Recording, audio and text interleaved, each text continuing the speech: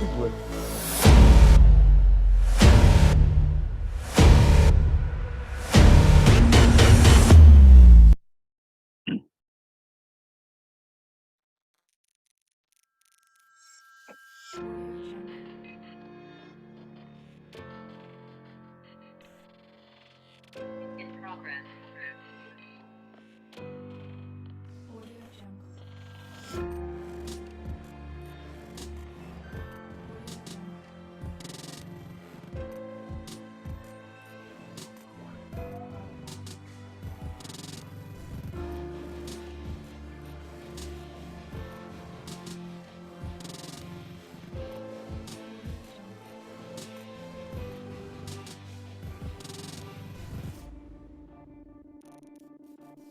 Audio Jungle.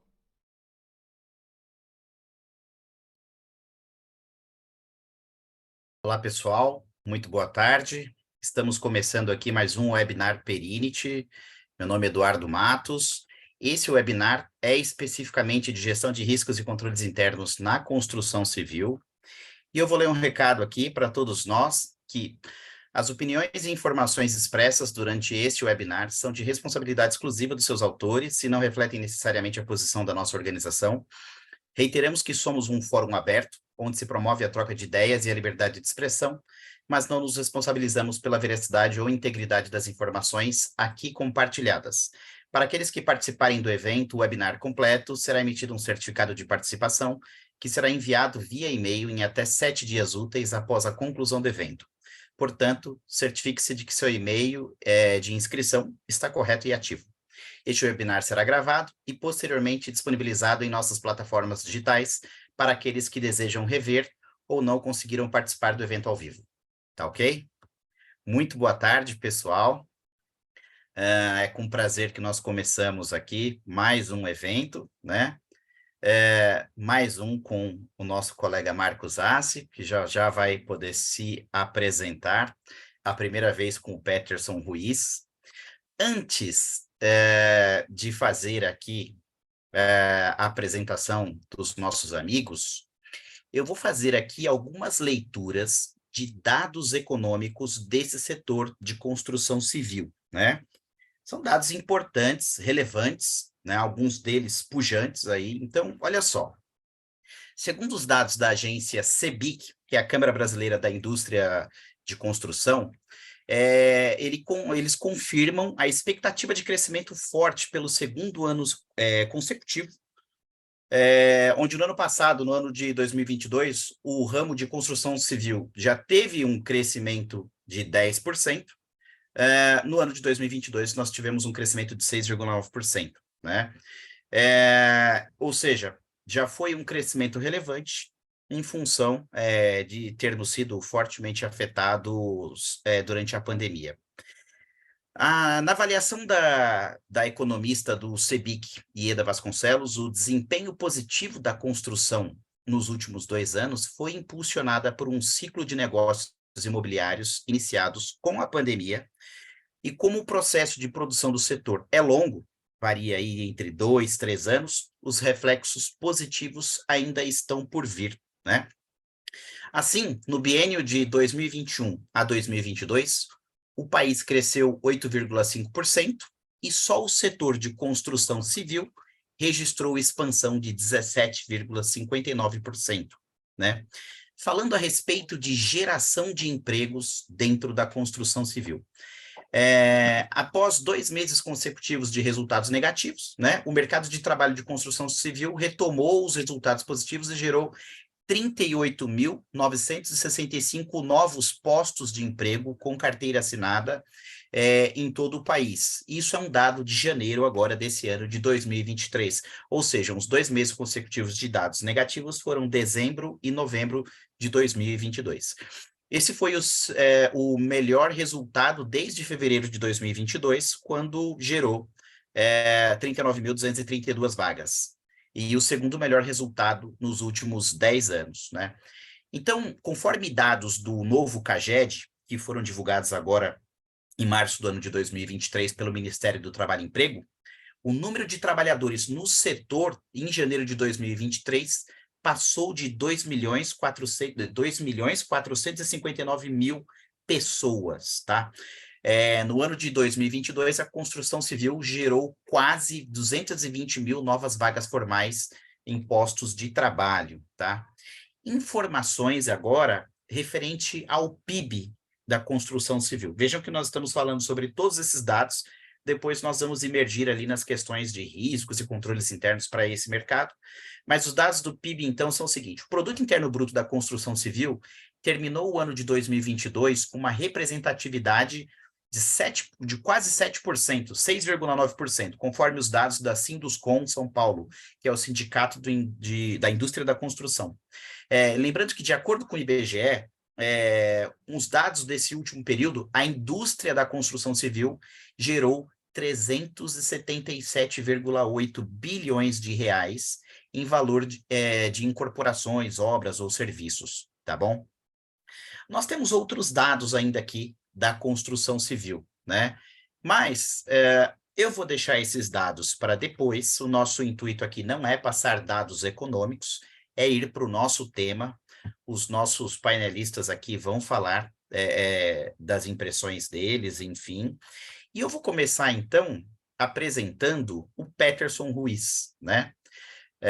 Ele é formado em contabilidade, ele é bacharel formado pela FECAP, possui também pós-graduação e mestrado em contabilidade e finanças também pela FMU. Com cerca de 20 anos de experiência como consultor, especialista em controles internos, coordenador de riscos e controles, gerente de auditoria, diretor e líder de Risk Consulting, professor de pós-graduação e MBA em governança, riscos e compliance, já trabalhou em empresas como Ernst Young, Votorantim, Grant Thornton Brasil, Crowe, no Centro de Estudos de Direito e Negócio, além de ser membro do Comitê de Auditoria Estatutário da Codenge, em Belo Horizonte. Peterson, boa tarde, bem-vindo. Boa tarde, Edu. Como é que vai? Tudo bem? Obrigado pela apresentação. Graças. Inclusive, estou aqui em BH agora, falando diretamente de BH, em BH com vocês aqui, exatamente. Maravilha, maravilha. Seja muito bem-vindo. E agora eu vou apresentar ele, né? A Ele lenda. tem mania de escrever, né? Começou A lenda. com gibis, né? O mito. Olha só, Marcos Assi, ele é bacharel em Ciências Contábeis pela FMU, pós-graduado em Auditoria pela FECAP e Audibra, mestre em Governança Corporativa, certificado como auditor interno ISO 37001 e Sistemas da Informação pela ISACA. Com mais de 25 anos de experiência na área de auditoria, riscos e compliance, sócio fundador da Massi Consultoria e Treinamento, professor de Governança de TI da Fundação Dom Cabral, membro do Conselho Fiscal da CDP Latim América, membro do Comitê de Gerenciamento de Riscos Corporativos do IBGC, professor de MBA da PUC do Paraná. Ele é tantas outras coisas, mas eu acho que aí é bom falar só que daí ele é marido da Regina Schneider. Aí, Regina, né? Assi, que agora vai mudar logo o nome para Assi, porque quem manda é a Regina, então quem sou eu na fila do pão? Tá certo. Bem-vindo, Marcos Assi. Seja muito bem-vindo, meu amigo. Gente, obrigado pela oportunidade de estar aqui com vocês e depois que você fez aquela sua leitura inicial, dependendo do que o Peterson perguntar para mim, eu vou falar assim, eu vou implementar aqui o modelo Glória Pérez, né? Glória Pires. Olha, eu não assisti o filme, não posso comentar sobre o filme.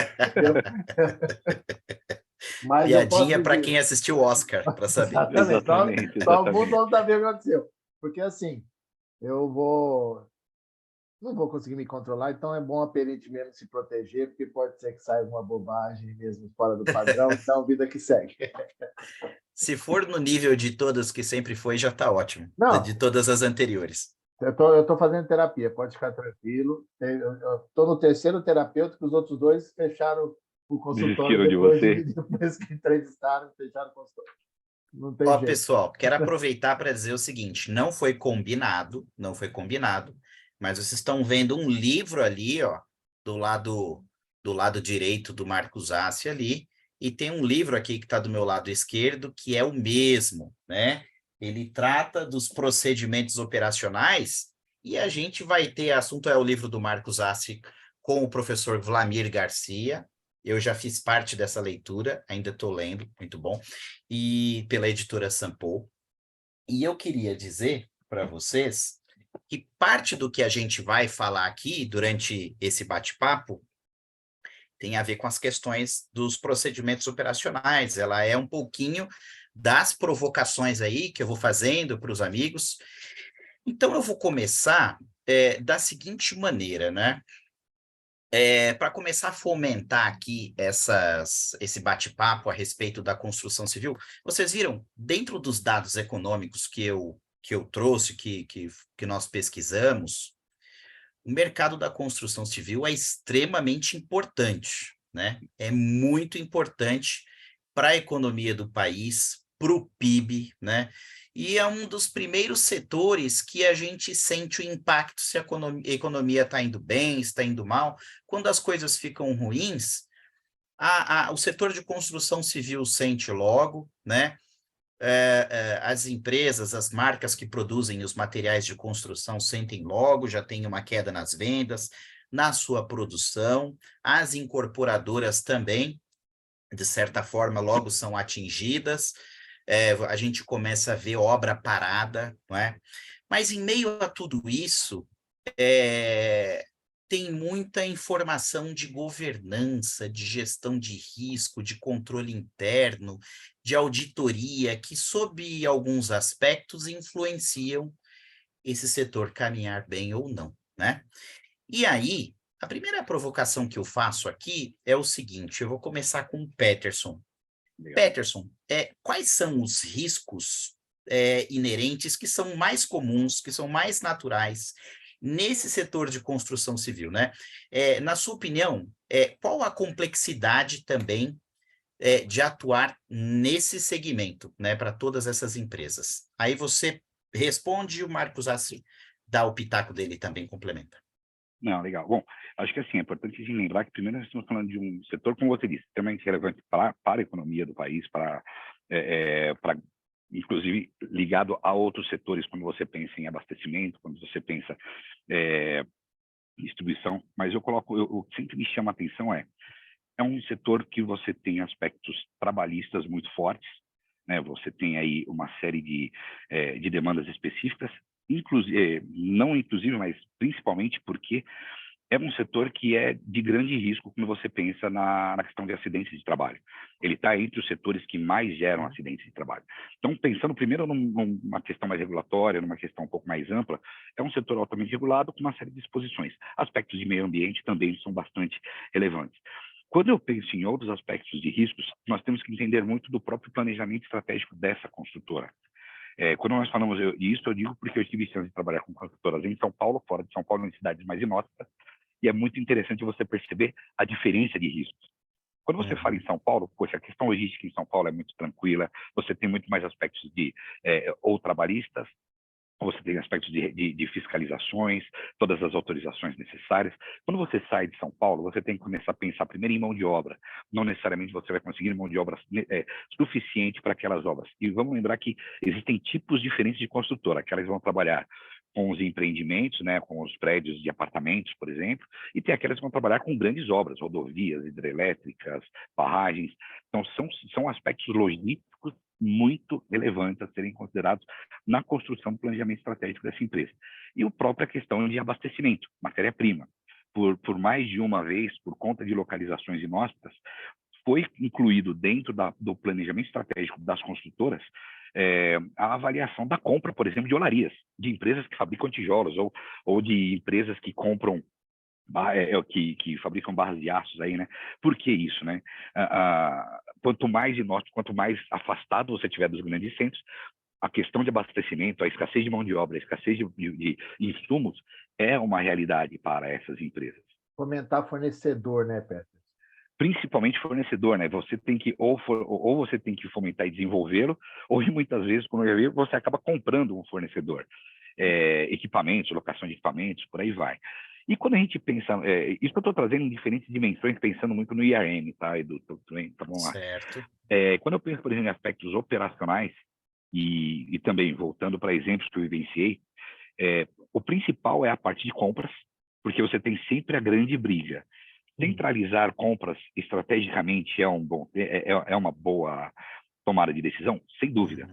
O problema é que, assim, ela tem que ser muito bem executada. E aí a gente entra agora no conceito de controles internos, de processos bem elaborados, um cadastro de material bem elaborado, um orçamento bem elaborado. Porque o gerente que está lá na obra, o engenheiro que está na obra, ele tem problemas para resolver hoje ou amanhã. E ele precisa de autonomia, ele precisa poder acessar caixa, ele precisa poder fazer contratações. Por outro lado, você tem a questão toda de conflitos de interesse, você tem a questão de outros riscos relacionados a você simplesmente descentralizar a sua compra. Então, assim, eu penso muito que, quando nós falarmos de riscos de uma empresa, quanto mais estruturada em governança ela for, e aí quando eu falo isso, eu falo as três linhas, desde a análise de riscos estratégicos, a questão de processos e controles internos, e até mesmo a auditoria interna para garantir, né, como terceira linha. Quanto mais evoluída ela for, mais ela pode trabalhar com descentralizações, ela consegue trabalhar de maneira mais agilizada. Quanto menos governança essa empresa tiver, ela vai ter que trabalhar de maneira descentralizada. E trabalhar de maneira descentralizada, aí eu brinco muito que é multiplicar o risco, né? É igual um avião de 2 turbinas e 4 turbinas. Nós não estamos falando do avião cair, nós estamos falando de qual a probabilidade de uma turbina parar.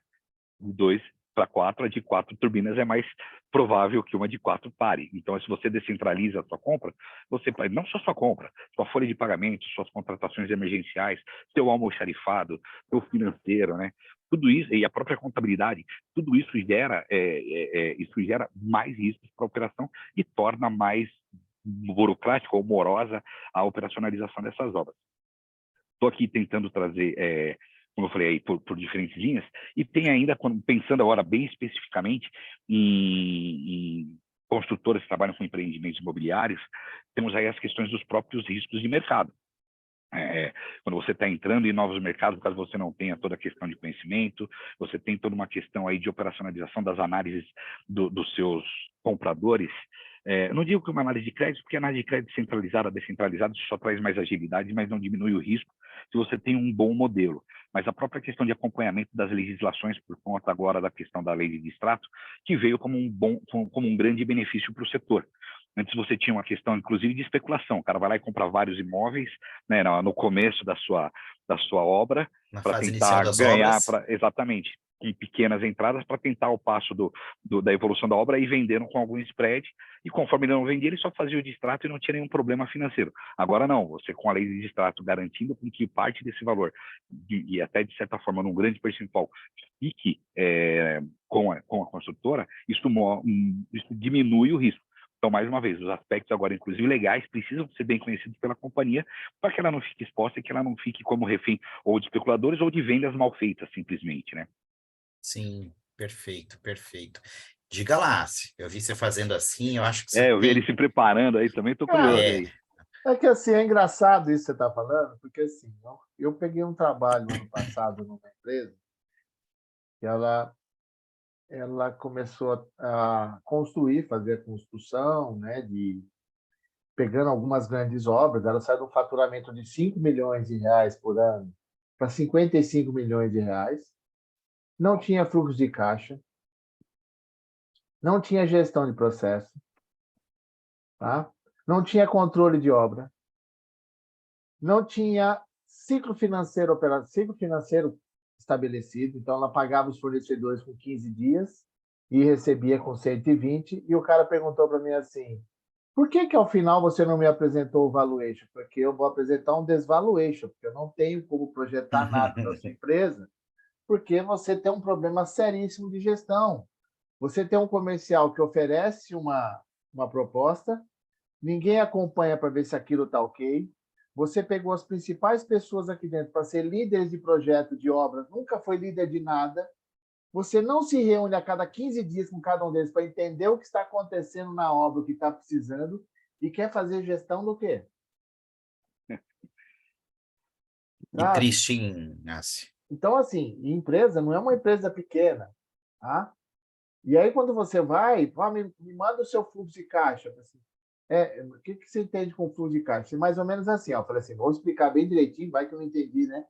Fluxo de caixa, assim, quanto você tem para pagar daqui 30 dias, quanto você tem para receber daqui 30 dias? Não, eu não tenho isso. O que eu tenho é isso aqui. Não, isso aqui é o seu caixa do dia. Deixa eu fazer uma pergunta. Quais são os sócios da empresa? Ah, fulano e Beltrano. Por que o Itaú está aqui? Ele também é seu sócio? Ah, não, ele que me garante no capital de giro. Porque Uau. como não tinha um ciclo financeiro, controle de estoque. Quando você falou de descentralização, eu até surtei aqui, porque é o seguinte, né? Que é lindo. Você vai bater um papo com o cara de compras, todo mundo na empresa compra, menos ele. Exato. Ele é o único cara. O que você compra aqui? Assim, material de escritório e açúcar, café, bolacha para copa. Né? E de vez em quando uma frutinha lá, uns pãozinhos. E contrata a Porque... empresa de auditoria. e depois eu falo assim, deixa eu fazer uma pergunta. Você tem sistema integrado? Tem. Quem que lança a ordem de compra? Eu, né? Porque se eu não lançar a ordem de compra, eu não lanço a nota fiscal que veio. Tirador de pedido. Cara, eu fico assustado, porque assim, nós estamos em 2023 e eu ainda vejo isso, que já deveria ser um padrão normal. Então, às vezes, né? Que nem você vê, o cara vai contratar, ele contrata, mas não prepara, não treina o cara para saber como funcionar todo o processo. Então, você começa, né? Eu falo assim dos EPIs, né? Uma coisa fantástica isso, Nossa, né? Porque fantástico é demais. coisa linda de se falar, né? Aí você chega em alguns lugares, tem uma faixa assim, a partir desse lugar, desse local, é proibido andar. Tem uma... Porque vai que o cara não sabe ler, mas pelo menos ele vê a foto do capacete, do óculos, da bota, da luva. Aí você bate um olho assim, pelo menos o cara tá de bota, né? Menor mal, né? O pé tá Mas seguro. o pé tá seguro, mas o resto, né? Então eu vejo que é o conjunto da obra, né? Putz, agora foi uma redundância, né? Estamos falando de construção civil, o conjunto da obra, né? É fazer com que o processo seja funcional para todas as áreas. Então, o que acontece? Aconteceu mais ou menos também um outro caso aqui para a gente discutir. Eu fui fazer um trabalho numa incorporadora, Petros, perguntei quem que cuida do seu RH, o escritório terceirizado, e do seu contabilidade, o escritório terceirizado, e do seu call center, o escritório terceirizado, e da área de vendas, escritório terceirizado. E a sua TI, o escritório terceirizado. Tem alguém da empresa aqui? Né? Eu, né? Não, os diretores, eu estou aqui com um contrato temporário. Mas Nossa. tem alguém da empresa? Aí você fala, mas quem que se engaja, sabendo que você tem um prazo, e aí quem treina, quem cobra, como que faz o seu processo, né? O básico, cadê, né? O treinamento, a capacitação. Até aproveitando aqui que a Marcial Lopes colocou aqui, né? Porque o setor é movido puramente por risco. Efetuou diversos trabalhos de incorporação e ela vê fornecedores terem dificuldade em implantar uma gestão adequada de RH. Sabe por quê? Gestão adequada de RH, que seria o básico num país que vive de RH desde 64. Perfeito. Põe o cara para a obra, porque está precisando trabalhar, daqui uns dias ele assina. Aparece o cara lá assim, ei, quando que eu vou receber meu vale alimentação? Assim, quem é você? O cara já está trabalhando e nem o registro foi feito. Não, tem inclusive, né, assim, você trouxe aí duas questões que são muito interessantes. A questão da terceirização de atividades, que às vezes podem até ser atividades não finalísticas, mas são Sim. atividades base para a sustentação do negócio. Uhum. Um outro grande risco, né, a gente estava falando de riscos específicos aí do setor, dentro de uma construtora, muitas vezes você tem a empreiteira, que é uma fornecedora dentro da construtora. E o processo de homologação da empreiteira, de homologação desse fornecedor, ele pode até ser muito bom. O problema é quando você não tem mão de obra suficiente. Isso já vi em mais de 2, 3, 4 exemplos. O cara chega na hora que você está fazendo todo o mapeamento, está fazendo todo o conhecimento de negócio, ele te mostra os principais contratos das principais empreiteiras, e ele fala, não, eu recebo um book mensalmente para garantir que todas as obrigações acessórias são recolhidas, bacana, desenhos de controles formais. Pô, você olha até um certo momento e fala, cara, que bacana. É que vai entrar no EPI também daqui a pouco, Marcão. E aí o que me chama a atenção? Aí você vai lá na obra para também fazer algumas avaliações de risco, conversar com o pessoal que está na frente do negócio. E o cara vira para você e fala assim, então, o problema é que assim, essa minha obra aqui eu preciso de 100 pessoas de mão de obra e me contrataram 50. As 50 que eles contrataram está perfeita dentro do meu processo de homologação. Agora, as outras 50 que eu contrato aqui conforme o cara passa na frente para ser servente de pedreiro aqui, para trabalhar como auxiliar de obra, esse cara, ele entra, sai, não tem a questão de utilização de EPI e tudo mais. E aí é muito bacana, de novo, por que eu estou insistindo nessa questão que você falou da terceirização e me chama atenção? Porque muitas vezes as pessoas não entendem que a terceirização, ela também tem que ter uma qualidade estratégica, né? Ela tem que ser muito bem desenhada. O EPI, como a gente sempre fala, né, contando o milagre sem contar o santo, eu tive um cliente que me contratou para fazer uma auditoria da sua área de suprimentos, de EPI, especificamente, na verdade, de almoxarifados, porque precisava explicar um desvio de orçamento, só para dar mais ou menos uma ideia, dando um número cabal, seria assim, um orçamento de 2 milhões, eles gastaram 12. Por quê? Um pouquinho a mais. Só um pouco a mais, né? Não, vamos agora entrar e vamos começar com... E não é ficar Óculos da olhando... Ray-Ban, Não, óculos antes... da Ray-Ban. Não, Marcos, É. antes fosse, cara, foi muito mais básico ainda, que foi o que nos chamou a atenção. Porque, assim, os fornecedores, a gente foi atrás de fornecedor, ver se tinha uma questão de relacionamento de fornecedor, atrás de contrato social, fizemos o diabo em cima disso. Até que voltando, né, fazendo a engenharia reversa de todo o processo, nós chegamos na questão do cadastro dos EPIs. A vida útil que estava cadastrada para os EPIs, elas estavam muito subutilizadas, estavam muito abaixo do esperado. Por exemplo, um determinado EPI que deveria ser utilizado por 6 meses, estava com uma vida útil de 2, 3 anos. Quando você joga essa informação no seu MRP e ele roda o cálculo para reabastecimento, por conta de você fazer tiradas, e ele já contar que a vida útil de 2 anos, então ele não faz reposições, o departamento de compras precisava ficar fazendo compras fora do contrato o tempo todo. E olha que loucura, o contrato era muito bem feito, o preço era muito bem negociado. O problema eram as compras de exceção, que eram um percentual muito grande e que eram compradas a preço de mercado. E isso simplesmente explodiu aos montes, né? Mas Um planejamento furado, né, Peterson? Num primeiro momento todo mundo ficava batendo, não, o comprador fez errado, o cara que utiliza não devolve, as marcas, tudo foi sendo conjecturado. Quando a gente falou, não, vamos parar a conjectura, vamos fazer o caminho do processo e o principal, do objetivo estratégico da compra, do objetivo de como foi feito o planejamento. E aí sim, com essas compreensões, você começa a entender que, inclusive, assim, o cara do EPI, que fez o cara do EPI, ele nem sabe por que ele coloca a informação de vida útil do EPI. Porque, Ele sabe colocava que é 2 porque era a tecla mais fácil, provavelmente.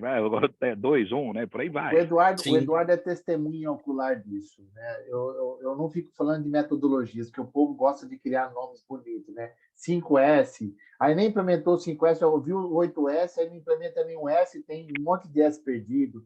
Quer falar de PDCA, né? PDCA, para mim, né?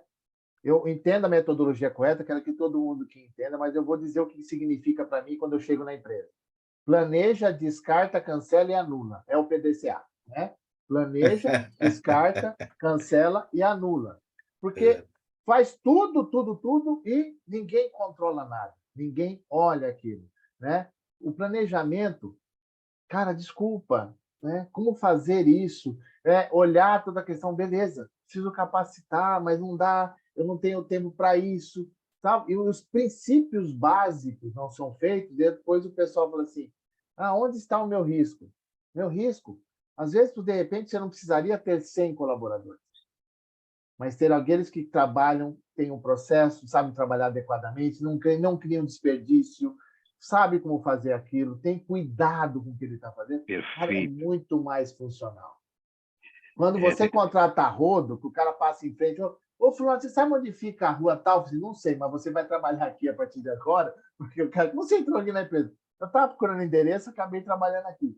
Não é isso, então, sabe? E isso acontece não só na construção civil, mas acontece em vários ambientes de negócio, onde pessoas, né, são colocadas sem a qualificação mínima do negócio. Em atividades extremamente estratégicas, né? Cara, e tem coisa, se o cara for bom, ele trabalha melhor que 3, 4 pessoas que sabem fazer o processo, gerenciar, sabe onde pedir, como controlar. Planejamento de obra. Por que isso acontece? Aí você vai lá fazer uma proposta, né, que você está montando galpões para um cara, e cada junta daquela lá, você precisa de 5, 6 peças galvanizadas, que tem um fornecedor numa cidade que ele te entrega assim, com 7 dias.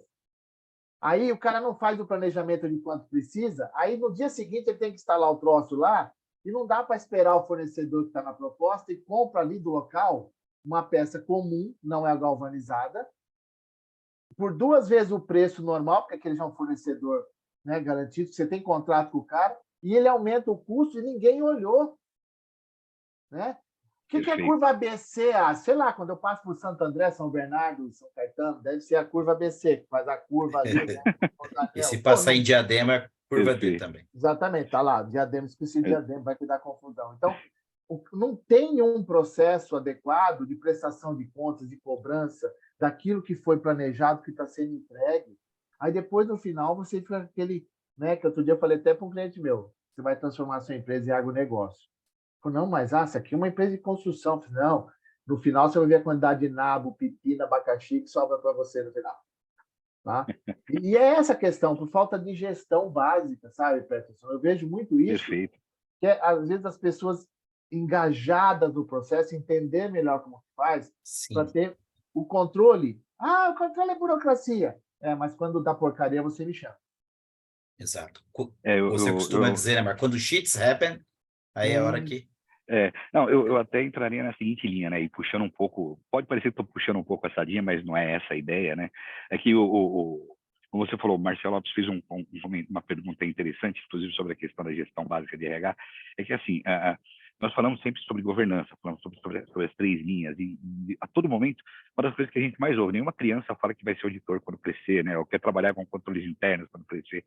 E muitas vezes nós somos vistos como o anticlímax, né? O zagueiro ou o anti-herói de todo o negócio, porque todo mundo acha que o negócio é ir para frente, é vender, fazer gol, executar. E tem aí um trabalho que você colocou várias vezes essa frase, né? O gestão básica. Quando eu falo gestão básica, é que não é uma gestão que você tira da prateleira e coloca aqui. Existe um negócio chamado modelagem de negócio, compreensão do seu modelo, especificidades do seu segmento. A partir daí você vai ter a nossa visão de primeira linha, que vão ser os riscos estratégicos inerentes àquele modelo, aquele segmento, aquele mercado, inclusive, muitas vezes, aquela região onde a empresa está localizada, né, e até aquele modelo de gestão, se é uma empresa familiar, se é uma empresa de capital aberto, por aí vai. Feita essa primeira linha, e aí, sem querer, Edu, eu estou fazendo o gancho da segunda pergunta, mas não era a ideia, que Sim, o Assi mas fez um fica gancho tranquilo. perfeito no comentário dele, né? Porque, assim, uma vez feita essa compreensão, é muito mais fácil desdobrarmos para a compreensão da cadeia de valor, taxonomia, mapeamento desses processos. E eu estou muito da tua linha também, né? Eu detesto a tecnização ou vender como complicado, uma metodologia muito difícil, mas a gente está falando de algo muito básico ainda. Os processos serem construídos para suportar a estratégia daquela empresa. Eu, por acaso, hoje eu estava fazendo aqui uma apresentação e usei uma empresa que fabrica computadores. Poxa, uma empresa que fabrica computador de alta tecnologia e uma empresa que fabrica computadores para acessar o público de mais baixa renda, vão ser 2 empresas do mesmo segmento, do mesmo modelo de negócio, e eu posso garantir, o departamento de suprimentos e o financeiro dessas 2 empresas atuarão de maneira extremamente diferente, porque foi Sim, compreendido o propósito, foi compreendida a estratégia, o modelo de negócio daquela empresa. Aí perfeito. sim, nós começamos a falar em meter o pé no acelerador e acelerar, porque antes disso, eu brinco, não adianta, é muito bonita aquela frase, né? Gosto de segurar o louco do que empurrar o morto e tudo mais, né? Mas não dá, existe uma diferença muito grande entre o arrojado e o maluco. E é Uhum. óbvio que é muito bonito a gente falar que é arrojado, que vai para o mercado, que faz negócio, mas ir sem planejamento é bater de frente com o caminhão, é bater na parede, é dar move em pão de faia, e cada um usa a metáfora que for. Mas, então, assim, as 3 linhas de defesa, a governança por si só, ela não é algo fancy, ela não é algo para se perder dinheiro, para falar, não, vou gastar dinheiro com isso. Não, é para garantir que a energia, o dinheiro, o tempo dessa empresa está sendo investido e está se traduzindo em resultado e naquilo que ela de fato está buscando. E vou aproveitar aqui, Edu, desculpa, tá? Imagina, Peguei aqui Sandy Sena, né? Agora sim. só falta o Júnior, né? Porque o Sandy está aqui. Nossa, essa vai ser agora, vou ser processado, né? Ó, vou te contar uma coisa aqui, Sandy, só para você, não conta para ninguém, tá? Nas empresas onde tem maior índice de órgãos reguladores, falando sobre risco, já não funciona adequadamente. Imagina no lugar onde você adota Muito bem melhores lembrado, práticas. muito Aí, bem meu filho, lembrado. ó, é CD do Padre Marcelo e canta, erguei as mãos e dai glória a Deus. Porque no lugar que já tem normas, você tem resoluções, você tem instruções, cara, já está difícil implementar, é difícil embutir nas pessoas a questão do gerenciamento de risco. E Sim, aí, completando aqui, até o Marcel colocou de novo, que o setor não quer ter uma gestão mínima, porque às vezes eu também acho, quanto mais bagunçado, melhor para eu poder fazer os meus esquemas. Pô, muito É isso bem que eu fico pensado, muito bem preocupado, colocado. sabe? Você pode olhar essas empresas quando tem muito, você pode olhar a rúbrica da contabilidade de terceirização, a maior parte do dinheiro da empresa sai para lá por empresa que você não faz ideia quem é. Porque E eu que não acho agrega valor lindo. e que não agrega valor na proposta de Não, valor da empresa ainda, eu né? adoro esse tal de due diligence, eu acho lindo. Due diligence. Eu até falei para o meu filho aqui, eu falei assim, se for numa neta, ela vai se chamar due diligence Asperger. Ele falou, não, pai, você está de sacanagem, eu quero só chamar ela de Juju, né? Aí ninguém aceitou. Eu falei assim, se for menino, pai, vai chamar accountability, prestação de conta. Vou chamar ele de Bill. Contabilidade. Porque é meu sonho de consumo, mas não dá, sabe, Edu? Por que isso acontece? Eu estou fazendo essa brincadeira porque a gente vai vivenciando isso, entrando dentro das empresas, e a questão que eu sempre falo para todo mundo, eu falei isso semana passada também no evento. Se inteligência artificial, primeiro entenda a inteligência natural, depois você coloca a tecnologia. Exato. Fazer o processo funcionar. Porque, Sim. assim, é embutir na cabeça das pessoas que nós não somos burocratas, Peters. Exatamente. Eu escrevo procedimentos, manuais, regras, crio fluxo, para ajudar o cara a tomar decisão na hora certa. É para isso que Perfeito. a gente trabalha. A gente não é do mal, né? Puxa vida, né? Não, não sou, e faz 23 anos que eu Os estou auditores falando também isso. amam, puxa vida. Não, o auditor, quanto E, melhor for o processo, mais fácil é educar as pessoas na melhoria. Muito. A cultura fica mais fácil de ser desdobrada na companhia, né?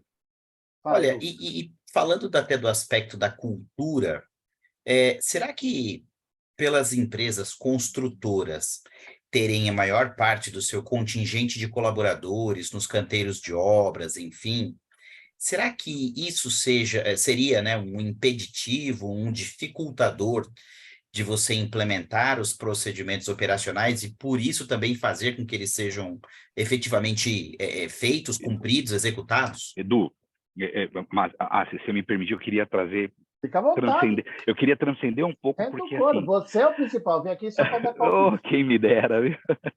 Mas assim, Edu, foi muito interessante você colocar dessa forma, porque primeiro assim, tem uma provocação que eu sempre faço em toda aula, em toda palestra que eu dou. Existem 3 modelos de negócio: varejo, serviço e indústria, ponto. Aí alguém vira, aí nos últimos 20 anos de trabalho, o que você sempre ouve quando visita uma empresa? Mas aqui é diferente. Cara, em toda empresa que eu vou é diferente. Não, Nossa porque não, mas maturidade aqui, de não, mas RC aqui está é acima do saúde, normal. não, aqui é saúde. Cara, saúde você pode ser varejo, você pode ser serviço, você pode ser indústria. Educação, idem. Petrolífero, idem. Aeroespacial, idem. Tecnologia, tudo pode ser, né? E você pegou um específico agora que é o de mão de obra massificada, vamos colocar dessa maneira, tá? Eu tenho um cliente aí, mais uma vez, não vou trazer o nome dele, mas eu Toca o adoro esse milagre, cliente. mas oculta o céu. Exato. Eu adoro esse cliente porque, assim, nesse cliente eu estou falando de uma empresa que presta serviço de manutenção industrial. Eles são grandes, eles têm faturamento enorme, capital aberto, prestam serviço para as principais empresas do país, de alta complexidade, inclusive, mão de obra específica. E sim, a grande maioria está na operação, está lá na manutenção, está no chão de fábrica, está no meio está pendurado lá no silo, está no meio da plataforma de petróleo, estão fazendo trabalhos difíceis, tá? O que me chamou a atenção desses caras? Eles passaram por uma transformação muito grande, né? Na verdade, eles já são spin-off de uma outra grande empresa. Quem conhece um pouco mais já vai chegar neles daqui a pouco, né? E o que me chamou a atenção positivamente? Eu fui falar com o CFO, com a gerente de planejamento financeiro, com o pessoal da controladoria. Cara, eles têm um BI espetacular, onde eles conseguem ver a produtividade e eles conseguem ver a questão da rentabilidade de cada projeto, em cada canteiro, mas aí entra no seguinte, porque o cara mais, eu vou usar o termo baixo, mas assim, o cara mais operacional da hierarquia da empresa, ele entende a importância dele ter um timesheet. E aí que inclusive ele é impactado positivamente pela qualidade da informação que ele reporta. Perfeito. E eu não estou falando de pessoas que fizeram MBA. Eu estou falando de pessoas que entenderam o propósito da empresa e que se sentem parte do propósito.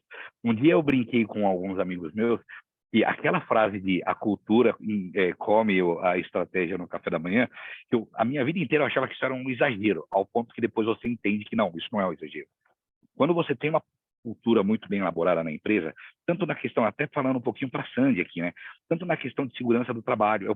E isso eu posso trazer notório, a Dupont é uma empresa exemplar na questão de segurança do trabalho, tanto que eles são consultores nessa área, e se você prestar, eu já fui consultor para a Dupont, você não sobe uma escada sem colocar a mão, sem poder segurar no corrimão, porque a moça da limpeza, muito educadamente, claro, mas ela te chama a atenção sobre a questão de segurança de você precisar usar o corrimão para subir uma escada. Eu vi diretores da área de consultoria dentro da empresa descendo uma escada com pastas, segurando com as duas mãos, e uma pessoa da segurança educadamente orientá-lo a fazer 2 viagens e descer segurando, fazer o trajeto com segurança. Então, de novo, assim, Edu, eu não acho que a mão de obra massificada seja a dificuldade, mas tem um ponto importante.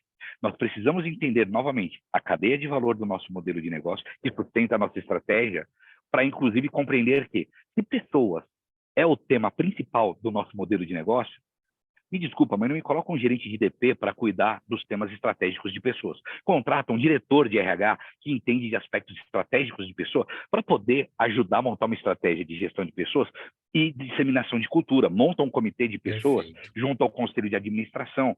Então, assim, nós temos que compreender o nosso modelo para dar a importância para os pilares que sustentam a nossa estratégia. O problema é isso. A empresa é de mão de obra massificada e eu tenho um gerente de departamento pessoal. Isso eu estou falando de maneira pejorativa, tá? Todos os gerentes de departamento pessoal. Sim. Não me odeiem quando me encontrarem. Você joga para o universo. Exato. Quer abraçar a causa que agarra. Exato. A gente tem que entender que o nível de maturidade do executivo que está à frente de um tema estratégico da companhia tem que ser alto quanto a demanda for. E aí a gente vai ter cultura, vai ter as ferramentas, vai ter as medições de desempenho e por aí vai. Eu já fiz trabalho em empresas que tinham equipamentos importados, todo em inglês. O funcionário não fala nem português direito, mas sabe operacionalizar a máquina, porque ele foi treinado para fazer aquilo, mesmo sem saber, tá? Olha que então, interessante. a questão é de como você capacita a pessoa do que vai utilizar. Ele não falava nem o português direito. Eu falava com ele, não entendia o que ele estava falando. Eu falei assim, gente, ele tem problema, precisa chamar uma fonoaudióloga para ele. O fonoaudiólogo, tadinho, não, né? Não, mas fica tranquilo. E ele sabia operacionalizar a máquina. Então, uma coisa que a gente vê, que é assim, ó, a questão massificada, ela é uma coisa que você tem que estabelecer para quem vai. Porque minha mãe que fala, né? Quem fala demais dá bom dia para cavalo. Até um dia que eu fui trabalhar com o GRC, eu entendi o que minha mãe falou, né? Porque se você não fala com a área específica sobre o assunto específico, você não alcança a pessoa. Isso não é para mim, mano. Exato. Esse bagulho não é para mim, mano. Esse bagulho aqui comigo é para outro, certo? É outra citação. Às vezes eu escuto essas coisas. Né? Eu sou de vendas, eu sou de vendas. Eu tô aqui para trazer dinheiro, né? Eu vim aqui deixando claro que é importante a área de vendas, hein, pessoal de vendas. Eu falei isso vão me matar no comercial. Eu pago o teu salário. Não. Você só faz vendas. Você sabe fazer contrato? Não. Você sabe fazer cobrança? Não. Sabe fazer contabilidade? Não. Sabe fazer o tributário? Não. Então, desculpa, você não faz bosta nenhuma. Quem faz é o processo para que você possa vender mais. Só que, de preferência, vê se traz cliente bom, porque o PDD está aumentando muito aqui. Você tem um dedinho podre. Pelo amor de Deus. Só traz cara ruim. E eu sou chato desse tanto. Eu vou lá e olho para ver se o cara traz cliente bom. Eu digo, desculpa, conheça seu cliente. Seu está muito ruim. Voltamos à história do olhar à empresa, né? Sem uma área mais importante. Eu defendo muito uma teoria que eu gosto muito de carregar comigo para onde eu vou, e se alguma das pessoas que trabalharam comigo estiverem aí no webinar, vão me xingar, falar, pô, de novo, lá vem ele. Teoria geral de sistemas. Esse é um tema que eu falo que todo profissional deveria dominar. Ele não é um tema tão complexo, se bem aplicado, você consegue olhar para uma empresa que todo grande sistema tem subsistemas que têm objetivos próprios, mas que trabalham em prol do sistema do qual ele está inserido. Então, toda área vai ser importante, não tem essa de um é mais do que o outro. Só que, no fim do dia, todas têm que trabalhar com o mesmo objetivo. Aí entra a governança, aí entra processos, aí entra controles internos, aí entra direcionamento de risco, e vou até além. Para que a gente para que não pareça que controles internos, auditoria e governança seja a solução do universo, tudo isso nada mais é do que a operacionalização de um outro fator, que é a cultura. Na verdade, cultura é um tema extremamente importante. Se uma empresa não tiver propósito claro, a cultura não se dissemina. E aí os processos não vão conversar entre si. Aí eu gosto muito de brincar com aquele desenho de várias flechinhas, uma para cada lado, dentro de um círculo alguém fala, é o caos, mas funciona, né? Porque se está dando lucro, ninguém vai olhar isso, mas a hora que, como diria Warren Buffett, né? Baixou a maré, você descobre quem está sem Eu vou deixar uma frase sem sunga. Eu vou deixar uma frase aqui. Sabe como você muda a cultura de uma empresa? Ai, ai, ai. Gerenciando Conte-nos. condutas e aprimorando posturas. Ah, eu já ouvi você Aprimorando falar isso outra posturas. vez. Aprimorando Gerenciando posturas, perfeito, muito conduta e boa. aprimorando posturas. Você vai mudar a cultura da empresa. As pessoas não precisam esperar alguém para cobrar, não precisa ter um auditor para validar. Você mesmo pode checar. Como você deu o exemplo da faxineira, que eu fiz aqui no prédio. Avisei os condôminos que são 48 apartamentos, são 48 síndicos, mas tem 47 que não tem tempo de cuidar. Então, elege um para infernizar a vida desse. Sou eu. Elege um pra... Eu falei assim, detalhe, se você está vendo alguém fazendo errado, você não precisa esperar o síndico, nada. Exato. O Você senhor vai lá e mesmo, fala você assim, ó, mesmo. desculpa, a convenção coletiva não te permite fazer isso. E se a Exato. pessoa for um pouco agressiva, vai na portaria e peça para os porteiros que eles estão preparados para orientar esse desinfeliz. E lembrar que Treinar isso as não pessoas. funciona só nos condomínios, né, Marcos? Sim, Nas para empresas, tudo, inclusive, para né? tudo. Um cobra o outro de como fazer adequadamente. Exato. Martão, você trouxe um exemplo agora, é que você falou da faxineira novamente e que me chamou a atenção para um tema extremo. Olha que exemplo sensacional sobre cultura, né? Eu penso que a cultura está bem disseminada na empresa quando todo mundo entende o propósito da sua atividade mais operacional. E aí eu trago um exemplo que eu vi esse, não foi me contar, eu vi esse. Fazendo um trabalho justamente de diagnóstico de cultura corporativa, batendo um papo com uma pessoa da limpeza de um hospital, de um grande hospital, né? Tinha o time de limpeza, na verdade, então a gente foi trabalhar com o time de limpeza. E uma das coisas mais sensacionais, eu ouvi de uma pessoa da limpeza falar o que ela fazia na empresa, no hospital, no caso, né? Ela falou, eu garanto que todos os corredores estejam limpos e seguros para os pacientes andarem e que todos os consultórios tenham seus lixos livres de produtos que possam ser infecciosos, que possam machucar as pessoas que estão dentro dos Material consultórios. infectante. Exatamente. Ou seja, ela entendeu que ela não está limpando o chão, ela não está Exato. recolhendo, ela está propondo o seu valor de trabalho na proposta de valor do hospital. E o que é o mais interessante, eu acho que poucas vezes eu vi uma profissional de uma atividade tão operacional atuando com tanta consciência e orgulho do que ela faz. Você, inclusive, Nossa, garante até verdade. produtividade das pessoas quando você tem a cultura bem organizada. E aí, Marcão, é o que você colocou, o esmero, né, o capricho, e, inclusive, o sentimento de autoridade para cobrar quem está em volta é mais fácil.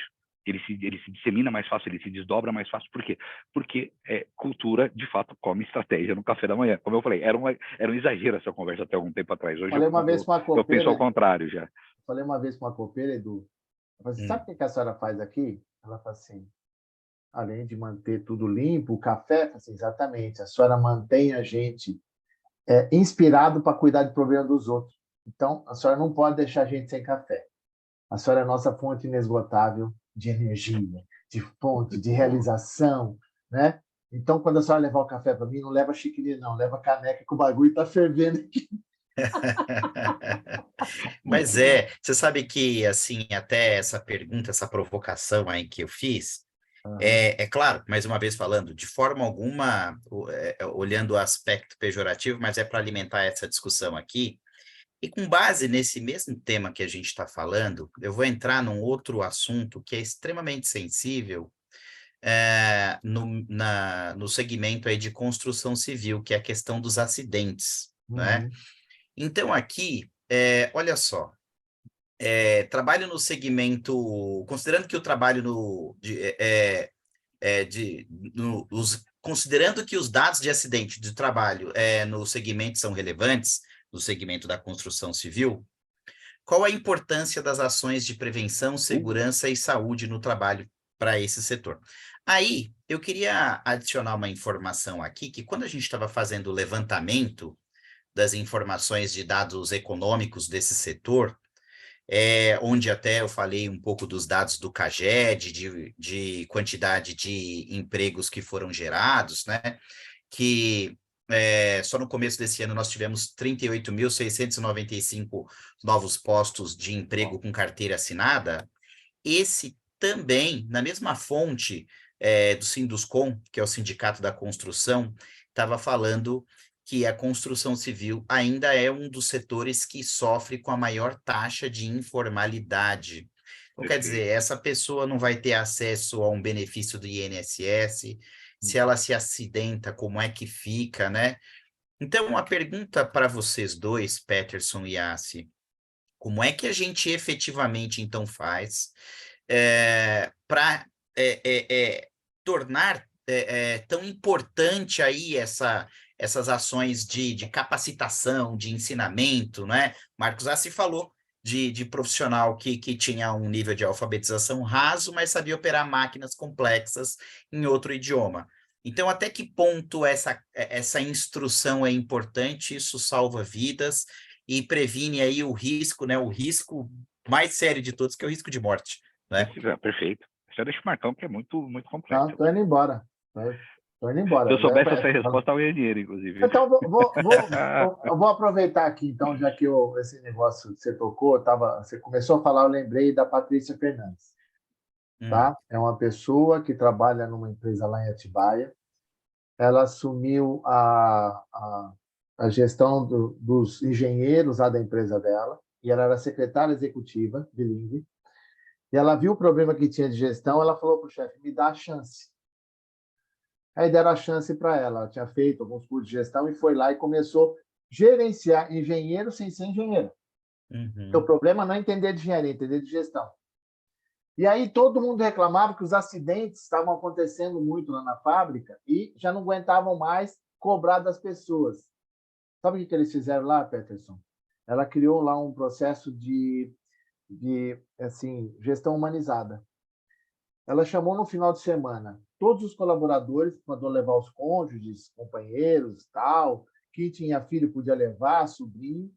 Aí, quando chegou na empresa, separou todo mundo. E as crianças, com autorização, né, dos respectivos, foram levados para uma outra sala e fotografaram todos eles com capacete, óculos, luva, avental, bota, e puseram e fizeram aquelas fotos das crianças e depois espalharam banners pela empresa inteira com a foto das crianças com frases dizendo: papai, hoje eu tenho que estudar matemática e eu preciso que sua mente esteja boa, né? Então, use o capacete. Papai, vamos jogar futebol, põe a luva, põe a bota.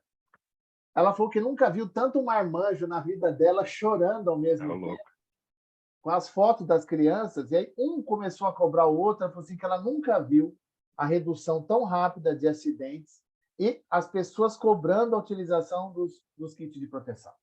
Que bacana. Campanha de absoluta... Entrou na cultura, né? Entendeu? Então, Sucesso quando ela falou, da campanha, né? Exatamente, cara. Então, assim, um negócio que às vezes eu tenho aprendido que não adianta a gente fazer aquelas questões punitivas, a gente demonstra com números e as pessoas não levam a sério.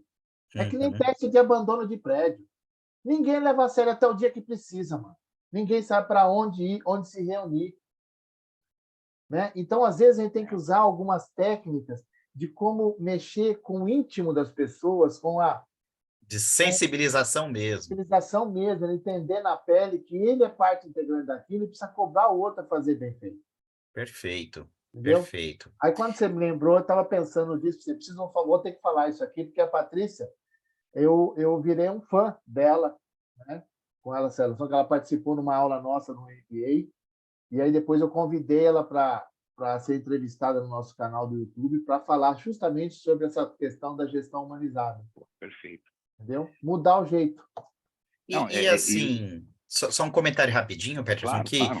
O setor de construção civil tem, infelizmente, dados de morte altíssimos. Né?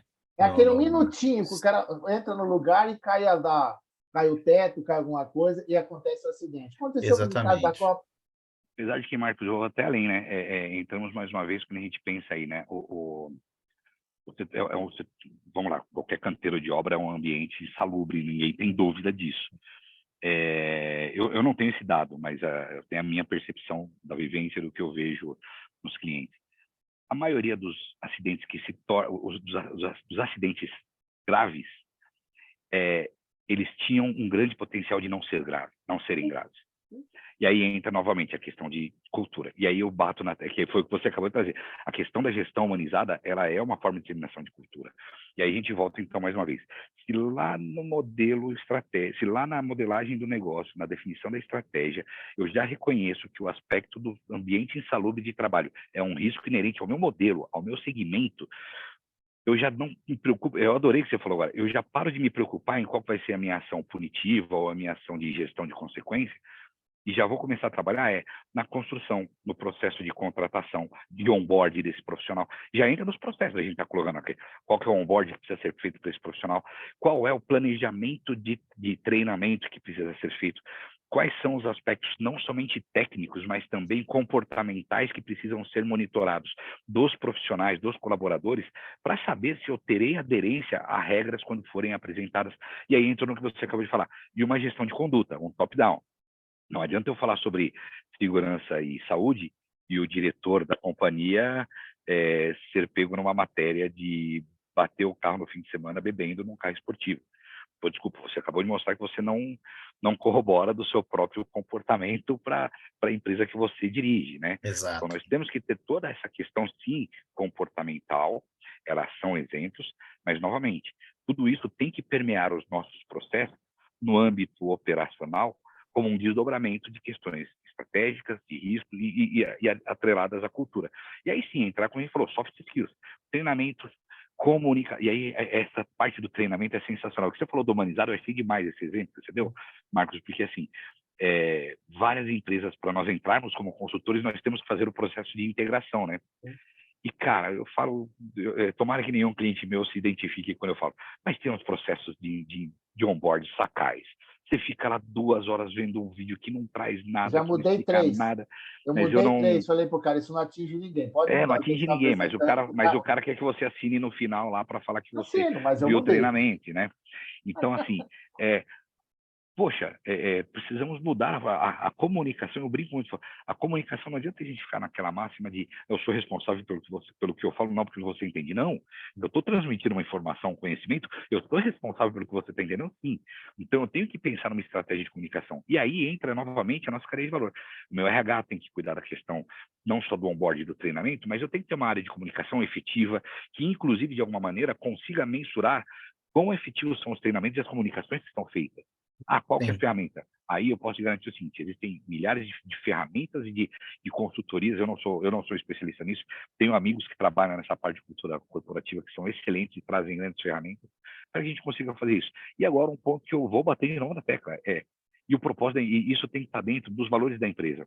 E os valores da empresa não é aquele só que está na parede. Ele tem que ser real, ele tem que ser traduzido. Se eu sou uma empresa segura, eu tenho que ter valores que... Eu tenho que esses meus valores de segurança do trabalho, eles transcendam a parede e ele apareça no dia a dia da empresa, né? Qualquer plano de continuidade de negócio precisa preservar as pessoas primeiro, o resto a gente busca solução.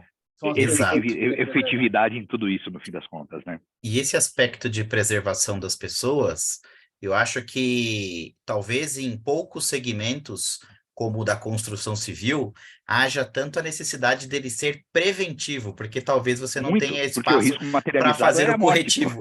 Exato. E, Edu, desculpa, Marcos, só para não pegar, porque assim, a Sandy, ela foi cirúrgica no comentário, a Sandy Sena, né?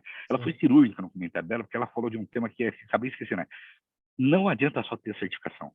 Eu posso ter todas as ISOs do mundo.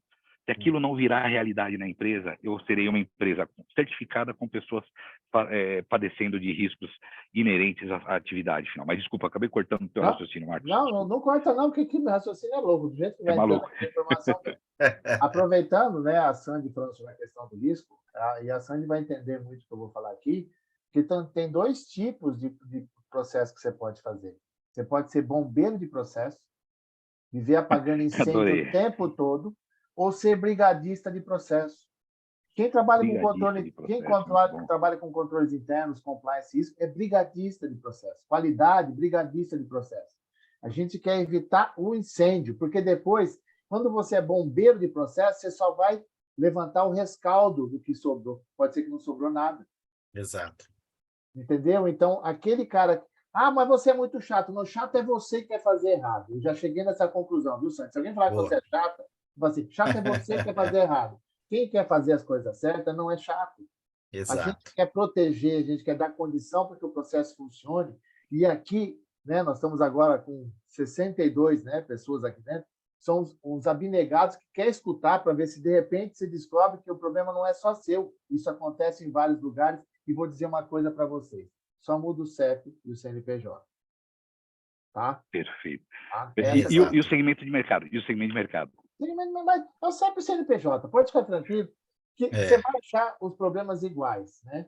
Porque Uhum. é muito interessante isso, até aproveitar aqui, desculpa, viu, Edu? Ó, Imagina, caso você tenha alguma dúvida, esse livro aqui, eu adoro eu esse tenho autor. este. Esse autor é muito bom, esse autor aqui, ó, fantástico.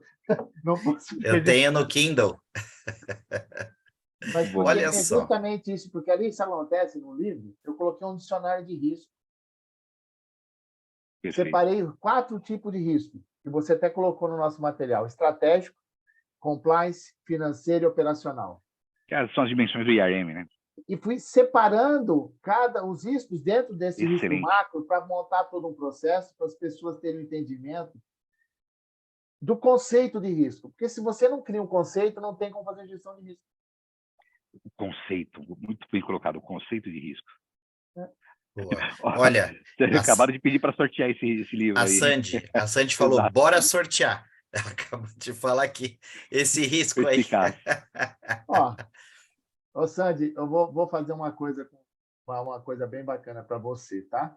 Como no começo eu falei de Sandy Júnior, você pode ter ficado bravo, porque deve ser uma piada que você nunca ouviu. Esse livro que está na minha mão Super, aqui né? é seu, tá? Você vai me mandar um e-mail, Ei! você vai me mandar um e-mail, tá? Você vai mandar um e-mail para marcos.assi@massiconsultoria.com.br, tá? E você me manda o seu e-mail com o seu endereço para eu poder mandar, né? Porque não sei se o carteiro sabe onde você mora. Pode Você mandar, eu fala, vou mandar meu tá, endereço para você, Sandy. tipo, Pode mandar para lá. agora com LGPD não pode mais pôr endereço, carteiro tem que saber onde todo mundo mora. Então, Ô, Marcos, eu conheço a Sandy, ela é de Belém do Pará, fica tranquilo. Vai chegar. tá? Até, a Síria aqui está tentando. Então, Sandy, você acabou, né, de ser sorteada de forma aleatória, tá, por esse livro. E alguém que estiver assistindo aqui, se interessar, pode mandar e-mail para esse mesmo e-mail que eu falei agora, que tem com desconto e autografado, eu vou mandar para vocês. Fica tranquilo. Repete aí, marcos.assi, marcos.assi@massiconsultoria.com.br. O Assi com maravilha. 2 S I, tá? Assi todo branco fosse assim. Você não esquece disso.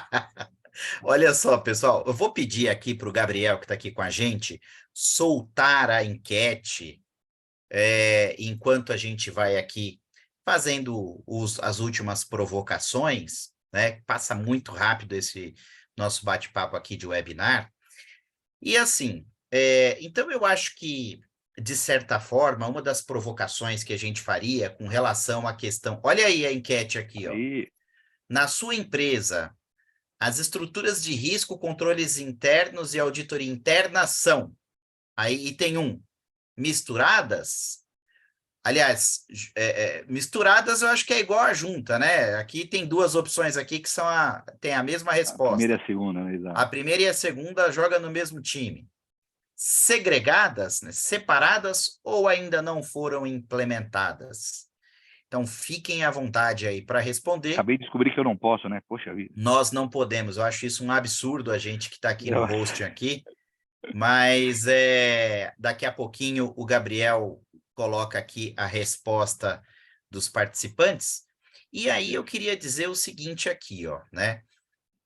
Então a gente já entendeu, de certa forma, como é que a gente tem que atuar e que a gente precisa ser muito preventivo, né, no aspecto de segurança, quando a gente fala da construção civil, porque é exatamente aquilo. Pode ser que a gente não tenha oportunidade de ser corretivo, pode ser que já não exista mais material humano para você ali, né, e investir ali numa ação de correção, né? Então, por isso é muito importante prevenir. Mas aí, ó, olhando mais uma vez para o segmento, pensando no processo de venda, e considerando os riscos de crédito, perdas com distratos que o Peterson já comentou aqui, por exemplo, né? Como nós podemos falar da importância da atuação das 3 linhas? Vocês já mencionaram isso, mas como é que vocês conseguem visualizar e aí, se possível, a gente falar dentro de um cenário. E aí eu acho que não precisa ser só das construtoras, das incorporadoras, pode ser Perfeito. até das empresas que produzem os materiais de construção, Toda a enfim, cadeia, né? toda a cadeia de construção. Como é que vocês enxergam a função, o papel e a atuação necessária dessas 3 linhas, das 3 linhas que nós conhecemos? Opa, só antes aqui já chegou a resposta, olha, então juntas, misturadas e juntas, então nós Ganhou, tivemos né? aqui, ganhou, porque 15 com 28, né? Vai dar aqui 43%. É Quase a metade. segregada, muito parecido Se com junta com não segregadas. implementar, se você juntar com não implementado, mais da metade nós temos ou consolidados de uma única área, muitas vezes de uma única pessoa, ou não implementadas, então, né? Perfeito, perfeito. Isso a gente vê um pouco na realidade da Perinit, olhando os nossos clientes. Temos muitos clientes onde a auditoria, risco compliance está embaixo de um chapéu só. Problema nenhum. Eu não vejo E problema nós, nenhum. O que vai diferenciar é as políticas institucionais, onde Muito bem. determina que cada um é responsável pelo controle interno, pelo compliance, pelo risco do teu negócio, da tua área, em que as linhas de proteção, que não é mais linha de defesa, né? Tanto controladoria estratégica, como qualidade, compliance, controles internos e segurança da informação, é quem dá suporte para que ele possa exercer a função dele, dentro Perfeito. da eficiência, e a auditoria quem vai testar a eficácia dos processos, conduzindo o negócio para melhoria, não é para infernizar a vida da Não é para pessoa. ser zagueiro, né? Não é para ser Não, anticlímax, né? mata no peito e sai jogando, mano. Marcos, se você me permite, eu sempre gosto de usar um termo aqui, né, com os meus clientes, enfim, né, com os meus interlocutores. Eu falo que o problema não é a pessoa, nós temos que ter a arquitetura de gestão de risco muito bem elaborada, né? E aí até longe de ser um jabá ou uma propaganda aí, né, Edu? Mas um dos pontos que eu sempre bato nos meus clientes uma tecla que eu sempre bato junto aos meus clientes é uma grande questão de não adianta nós termos essa arquitetura toda formalizada e ela ser muito passível de entrar em entropia. E por que ela entra em entropia? Que ela está ou na cabeça de algumas pessoas e pouco divulgada, e muitas vezes em materiais não adequados para sua formalização. Não estou falando que Excel e PowerPoint não são boas ferramentas. Eu acho que as empresas têm que trabalhar bem com aquilo que elas têm na mão. Mas a propensão a que esse material entre em entropia, tendo simplesmente um arquivo Excel e um PowerPoint, e isso não estando hierarquizado dentro de uma pasta, não estando dentro, por exemplo, de uma intranet, ou melhor ainda, dentro do software Perinit, onde você consegue, além de fazer com que esses documentos sejam fluídos em todas as áreas da empresa, a divulgação seja disseminados, muito né? mais efetiva, a disseminação acaba ocorrendo mais. Então, quando a gente fala em como poderia ser, eu vou muito na linha do que o Marcos Assi falou. Eu já tive clientes que reclamaram de falar, pô, eu já tenho compliance, eu já tenho auditoria interna, isso aqui que eu também tenho área de riscos, daqui a pouco eu não tenho dinheiro para colocar gente na área de vendas, né? Eu falo, não, veja, primeiro ponto uma boa gestão de risco te permite trabalhar com capital de terceiro. Então, e isso é para qualquer segmento, e todo mundo sabe, capital de terceiro é mais barato que o capital próprio. Só que você tem que ter uma gestão de risco que te permita fazer essa alavancagem e tomar esse risco para o seu modelo.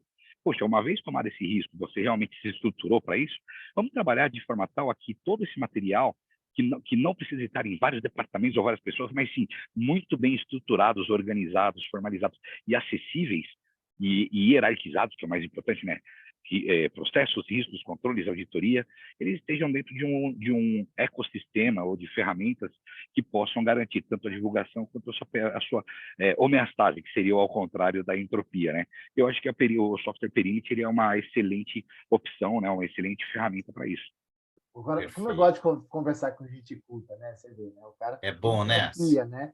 Eu chamo de processo Smiggle. Processo aqui, Processo Smiggle, Smiggle, My my Precious. precious. Esse processo é meu, eu fica não só com passo para ele, né? ninguém. É meu É meu, né? processo, é meu. Esse processo. Muito bom, Um monte muito de E eu bom. gente acho que isso tem muito em Marcos Assi, infelizmente. Nossa senhora, nossa, muito, muito, lotado, muito. lotado. É... Mas perfeito, eu acho assim, concordo, Peterson. E quando você fala, por exemplo, que trabalhar com capital terceirizado é até mais barato do que trabalhar com capital próprio, inclusive assim, mas exige também uma capacidade de gerenciamento, gestão, planejamento muito grande, Então, porque o capital de terceiro só também, vale a de toda pena se a forma, gestão de risco for assim, tá? exatamente, porque também cobra juros e pode ficar caro também se você não souber lidar com tudo isso. Perfeito. Na verdade, assim, alavancar o seu modelo de negócio só vale a pena se você for competente em gerir riscos. Se você não tem competência para gerir riscos, trabalhe seu capital próprio, porque pelo menos você não vai ter a despesa financeira para matar o teu modelo, né? Perfeito, perfeito. Só que E só que a aí, velocidade de execução vai demorar. Muitas vezes você não tem o capital no momento ideal, né? pois é, isso também acontece. Uma última provocação aqui, não está até dentro do nosso script, mas só um rápido comentário, é o Ai, ai, ai. seguinte, que A quando internet vai cair. teve a ocasião, olha lá, ele está travado lá, travou, né? Na época da Lava Jato, Hum, hum. muitas das empresas que tiveram problema, que tiveram que cortar várias vagas de emprego, algumas quase que sumiram, passaram a Sim. inexistir, tiveram que trocar de Acordos de nome, leniência, né? Aí fizeram acordos de muitas tiveram que leniência. fazer acordo de leniência com o Ministério Público. Então, assim, o- a prova da importância desse segmento é o que aconteceu no país alguns anos logo na frente, mais alguns anos depois que essas empresas pararam de gerar emprego, né, postos de trabalho, é, depois que muitas obras pararam, o Brasil, que sempre, de uns anos para cá, sempre foi um canteiro de obras ativo. Durante Sim. esse período aí, a gente deu uma estagnada nisso, né? Ele é até um termômetro, o setor é um termômetro da É um economia brasileira, né? termômetro, né, Peterson? Acho que seria o correto seria dizer é que o setor de construção civil ele é um termômetro para a economia e para dizer como que as coisas estão andando no país, estão caminhando no país.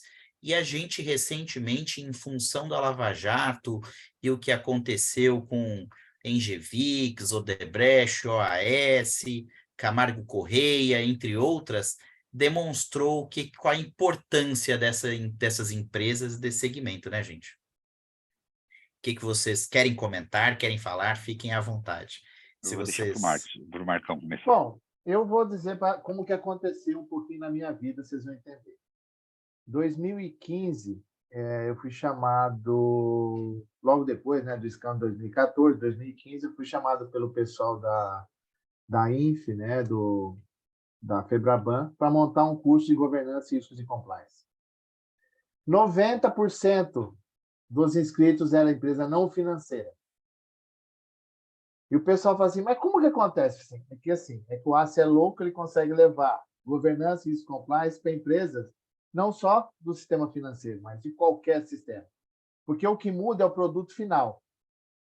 As áreas são convergentes, todo o processo é igual. A diferença é o produto que eu entrego no final. Tá? Perfeito. Seja num plano de saúde, seja numa seguradora, seja num banco, seja num meio de pagamento, E o seja na ambiente regulatório, construtora, né?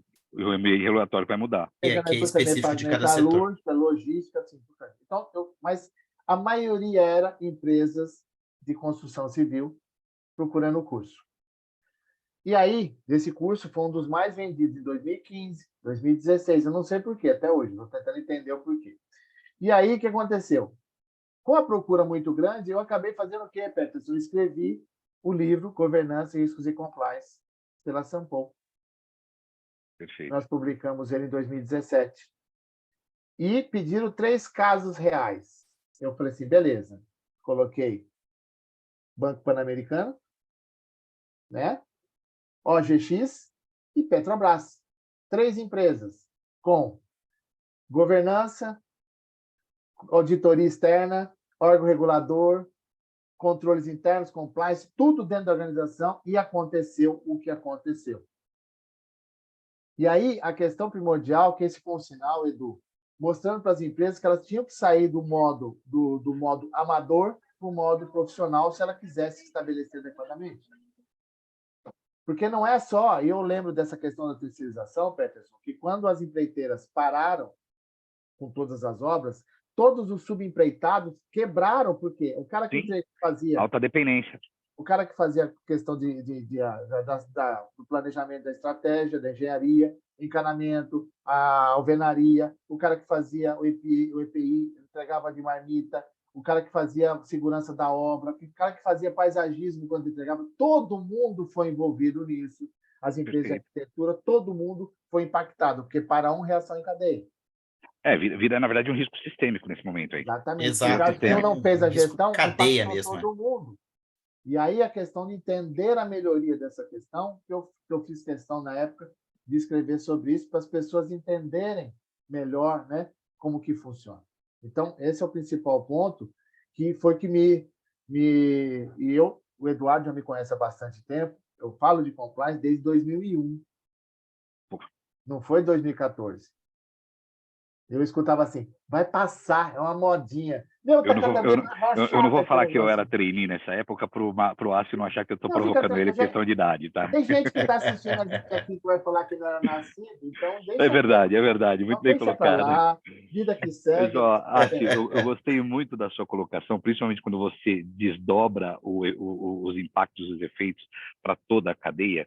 E, assim, eu não estou fugindo da resposta, tá? Mas eu queria dar um exemplo muito interessante quando o risco se torna sistêmico e todo mundo acha que o problema foi o risco, né? Ou o Black Swan, vamos chamar dessa maneira. Vamos pegar a pandemia, a Covid, né? Eu tive um recente projeto para um cliente, eu estava fazendo um mapa de riscos estratégicos para ele, ele virou para mim e falou, pô, Petros, mas onde entra a Covid no meu mapa? Eu até brinquei, eu falei, olha, cara, a menos que você seja um fabricante de vacinas e te interessar saber como estão as doenças ao longo do mundo, a gente vai criar um processo de mapeamento e monitoramento de todas as novas doenças. Mas não faz sentido nós mapearmos uma doença global, uma pandemia. E aí ele queria insistir na ideia de que aquilo teria que aparecer de alguma forma no mapa de risco. Eu falei, não, vamos lá. Teu problema não foi a Covid. Teu problema é que com a Covid subiu o dólar e a sua posição de dólar te estourou. A Covid subiu os juros e as suas posições alavancadas de juros te estouraram. A Covid fez com que a sua receita diminuísse, porque o teu projeto, o teu modelo de negócio propõe a presença física. Então, o que nós temos que entender é quais são os riscos que impactam o seu negócio, quais são os patamares desse risco, ou melhor, como os patamares desses riscos se tornam gatilhos para ações mitigatórias ou de contenção, né? Por exemplo, a partir de qual patamar de dólar eu vou acionar um hedge, a partir de qual patamar de dólar eu vou fazer uma operação financeira para me proteger de juros, a partir de qual patamar eu começo a desfazer a minha operação para não morrer com custo fixo, para que você comece a se precaver ao risco, e não aos efeitos do risco, e não o risco como um todo. E aí entra um pouco no que o Assi falou, puxa, nós tivemos o problema da Lava Jato, que aconteceu nas grandes construtoras, foi se desdobrando para todo o setor, mas o grande ponto é, eu já tive clientes que o grande ponto dele é, Peterson, eu tenho aqui um determinado fornecedor, que se esse cara quebrar, eu quebro porque eu não tenho como fornecer. Então, compro caro. Ou compro caro, ou monta um contrato muito bem feito, ou começa a buscar outros fornecedores. Não tem nenhum outro lugar do Brasil, vamos começar a importar da China. Então, cara, você não pode deixar o risco que impacta o teu negócio de maneira consistente, ficar lá, e aí você fala, não, como é muito raro acontecer algum problema, não, porque o dono daquela empresa, o pai dele trabalhou com meu pai, então o filho dele não vai vender a empresa para ninguém. Né? Então, olha como é maluco, mas muitas empresas elas não querem entender os seus riscos e algumas que entendem não querem atuar nele para que, de fato, você possa se proteger num grande movimento de mercado. Volto a dizer, aquela frase do Alan Greenspan sobre assim que a maré baixa, você descobre quem está sem sunga, ela é a melhor frase que define as empresas que não gerenciam seus riscos. Então, por que eu fui lá na Covid, né, Edu? Porque eu não queria usar só a Lava Jato. Qualquer Black Swan, qualquer grande efeito sistêmico, ele impacta no teu negócio. Se você não tiver gerenciamento de risco, você vai ser o primeiro a cair, porque vai ser sistêmico, você cai junto com todo. Aí é o que eu falo, né? Aí é o efeito mimético, né? Ao contrário, né? É o negativo, que geralmente o mimético é para boas práticas, né? Você segue os bons exemplos. Você está fazendo ele agora é o efeito antimimético, vamos falar assim. Pode ser que alguém que entenda melhor desse termo me xingue, né? Porque eu posso estar usando errado, mas é um efeito, a gente acaba seguindo a maré, né? A gente segue o fluxo aí, né? 2011, eu escrevi um artigo, O Futuro do Compliance de TI, e eu falei o seguinte, as empresas estão querendo analisar risco e dando acesso para pessoas que não vão precisar do acesso. Perfeito. Só davam acesso para a alta administração, e quem faz o contas a pagar quando receber a contabilidade não são tinha acesso. de baixo. Não tinha acesso, vai chegar como? E aí eu falei assim, quando for precisar, vocês não vão ter VPN suficiente, vocês não vão saber lidar com home office, Aí a Covid acabou, né? Não, março de 2020, veio a questão da Covid, alguém sacou desse artigo e colocou o profeta Marcos Assi. Aí você apareceu uma fotinha assim com o dedinho, eu avisei, não, né? Gente, é que você, quando vê processo, você analisa a forma como as pessoas estão fazendo gerenciamento de crise, gerenciamento de continuidade, contingência, você percebe que não tem gestão de risco. porque os processos não estão descritos, os manuais, as diretrizes não foram estabelecidas. Você quer fazer gestão disso como? Perfeito, perfeito, Eita. perfeito. Pessoal, tá muito boa a conversa, mas eu Tem que quero acabar, né? agradecer a participação do Muito Marcos agradável. Assi, do Peterson Ruiz. Eu quero agradecer todos que estiveram aqui presentes com a gente. Conforme foi lido lá no começo, o certificado de participação vocês devem receber, então, por e-mail em até 7 dias. Eu coloquei aqui no chat do webinar o LinkedIn do Marcos Assi, do Peterson Ruiz e o meu também. Quero agradecer o apoio técnico do Gabriel aqui, que organizou toda essa atividade para a gente, disparou aqui também a enquete e que atuou nas ações de marketing dessa atividade aqui junto à Perinit. Muito obrigado, pessoal, e obrigado a todos que também participaram aqui através do nosso das perguntas aqui, muito a Sandy, o Irã Melo, a Maria Laguna, também o Marcial Lopes, que fez ali as primeiras provocações conosco. Muito obrigado. Quero deixar aqui um espacinho para vocês poderem também se despedir, Marcos Assi e Peterson Ruiz. Bom, Vai lá, Marcão. eu só tenho a agradecer a oportunidade, né? Eu tô participando de tanta live com o Edu, estou quase montando uma dupla sertaneja com ele, né? Exato. Vamos Gente, participar poder- em mais uma em setembro, Marcos Assi. mas No eu quero. Perinity Week. Não, eu quero fazer Eu uma acho que eu tô live. nessa, Edu. O Jonas mandou No algo para Perinity mim aí Week. também. Eu Boa. acho Eu não assim, fui eu tenho que ver. convidado Se não, ainda. eu vou encher o saco dele. Você é Eu meu não fui vizinho, eu passo lá convidado na tua ainda. casa para pedir o convite também. Eu não fui Boa. É convidado ainda. Eu verdade. não estou nem sabendo desse convite. Vai ter um negócio, ninguém me avisou. Não, Fica mas assim, não vou nem entrar nesse mérito. é porque ainda tem tempo ainda, mas ainda vai haver o approach, todo Eu quero aquele chamar vocês cortejo. dois. Eu vou chamar vocês dois lá para o meu canal, porque eu vou fazer uma live com vocês para a gente falar das consultorias musicais que eu estou fazendo agora. Consultorias musicais. Agora só com música. Então, né, já começa dependendo da área e vocês vão ser os analistas para ver se a música faz sentido para o processo que eu estou avaliando ou não. Jesus. Tá? Certo. Começa com a semana Fábio Júnior, o Senta Aqui, me conta a tua história. E aí eu termino em Chitãozinho e Chororó pedindo evidências, entendeu? A música Entendi. E vai terminar assim, ó, chega de mentiras, né? chega de Chega de mentira, mentira. né? Não, aí vai ser Ai, a Márcio. Claudinho Bochecha, tipo, preciso de evidências, quero te encontrar, quero Olha, te Claudinho amar. Bochecha. Bom, só Mais quero uma vez, agradecer muito a todo obrigado. mundo, viu? Ó, um beijo no coração de todos vocês, obrigado pela paciência com a gente. Né? Não, você Edu. não... É a cereja do bolo do negócio, Marcos Assi. Você não tem como ficar fora, cara. Edu, Diga lá, obrigado Peterson. demais pelo convite, você, a Perinit, Gabriel, pelo suporte aí, vocês foram sensacionais no decorrer aí, desde o nosso planejamento, da ideação e agora da execução. Marcos, assim, enorme prazer ter te conhecido por aqui. Como eu te falei, já vinha ouvindo muito bem de você, só confirmou que todo mundo já falava bem de ti. Os predicados são sempre muito positivos, mas que você é maluco, todo mundo também fala, tá, cara? Todos os Olha, você participantes não aí sabe o papel da Regina nessa história, Peterson. A Regina é a verdadeira gestora de risco da família vida, Assi. né? Da vida, né? Eu criei a empresa, era de Marcos Assi. Aí, há 2 anos atrás, quando eu participei do Festival, vivendo a qualidade, o pessoal falou, não, que Marcos Assi, aqui é mulher do Assi, quem manda é a Regina. Muito bom, gostei. Faz muito sentido, inclusive. E, assim, a todos os participantes também, obrigado aí pelas perguntas, pelas interações. De fato, assim, para mim é sempre um prazer poder, de alguma forma, poder colaborar, transmitir aí algum conhecimento, falar um pouquinho da minha experiência, mas principalmente aprender aí com todo mundo. Espero poder ser convidado para próximas aí. Foi uma excelente experiência aqui pelo meu lado e estou indo embora um cara melhor do que comecei aí também, gente. Um grande abraço para todo mundo aí, uma boa noite, viu? Boa noite, obrigado. Até mais, pessoal. Tchau, tchau. Tchau, tchau.